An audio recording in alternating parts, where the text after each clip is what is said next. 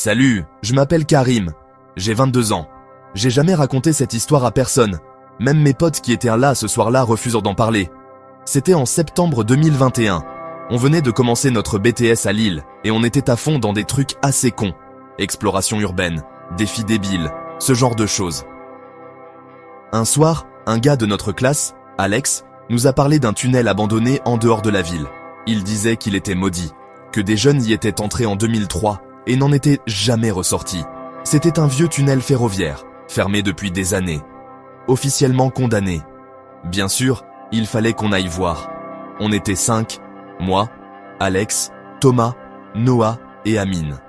On est parti vers 23h, avec des lampes torches, des sacs à dos et une GoPro attachée sur le torse d'Alex. Le tunnel était là, caché derrière des arbres, complètement envahi par la végétation. Une grille métallique bloquait l'entrée, mais elle était pliée. Quelqu'un était passé avant nous. Dès qu'on a mis les pieds à l'intérieur, on a tous senti quelque chose d'étrange. Un froid humide, un silence, presque pesant. Au début, on rigolait, on parlait fort.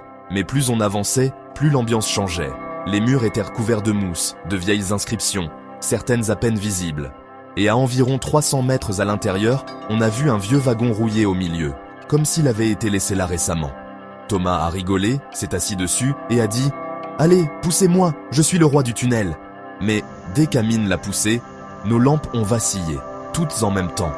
Puis, plus rien. Noir complet. On s'est tous tus. Le silence était tellement profond qu'on entendait notre propre respiration.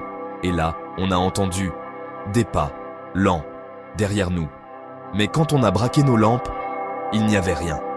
Juste le tunnel vide et nos respirations, de plus en plus rapides. Alex, avec la GoPro, a dit qu'il avait entendu quelqu'un lui chuchoter à l'oreille. Il était pâle, comme s'il avait vu un fantôme. On a décidé de faire demi-tour. Mais quelque chose clochait. On a marché pendant bien 10 minutes et pourtant, on n'arrivait pas à la sortie. Le tunnel semblait s'allonger. Les murs étaient pour différents.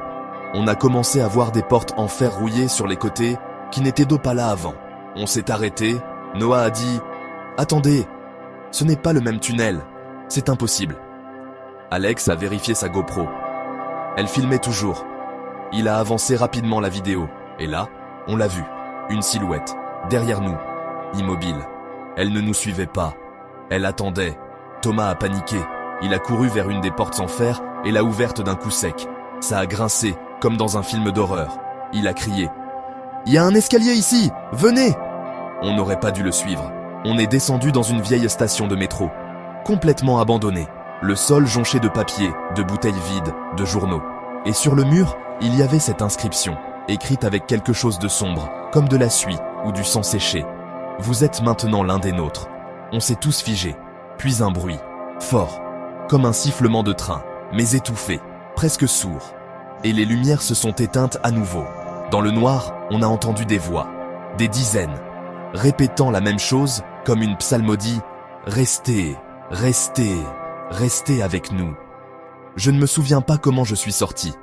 Je me suis réveillé le lendemain matin, seul, allongé près de l'entrée du tunnel. Ma lampe torche était morte. Mon téléphone affichait 9h47. Les autres, disparus. La police a fouillé les environs.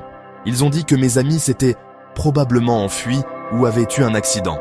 Mais je sais qu'ils sont toujours là, en bas, quelque part. Et parfois, quand je dors, je les entends. Ils m'appellent. Ils veulent que je revienne.